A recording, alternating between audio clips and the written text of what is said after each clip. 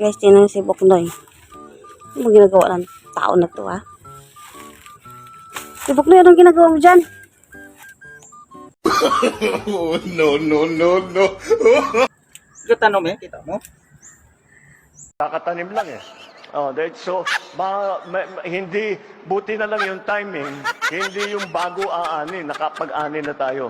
Buti rin, nakapag-harvest na tayo dito. Sa amin, nakapag-harvest na kami, kakatanim lang eh.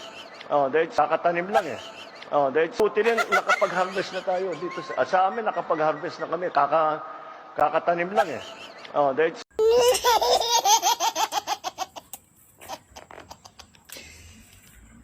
Bilis naman ang harvest mo niyan, Buknoy. Parang katatanim mo lang, maggulay ka na agad. Alam mo, Day, ganyan talaga yung pag-iisip ko, Day. Kailangan advance parative, Day, ba? Iniisip mo pa lang, Day, alam ko na yung, alam ko na yung sasabihin mo. Oo. Kaya ko ito yung na-harvest, Day. Kita mo? Narinig mo? Narinig mo naman siguro, Day. Hindi ka naman siguro bungol o bingi. Yan. Pag ganyan, Day, kailangan mo kailangan mo kuha ng pangsahog, Day. Oo, kaya kung pahinahina ka, Day, wala kang ulam na, Day.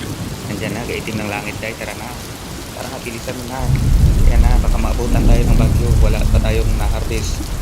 Tigbaw.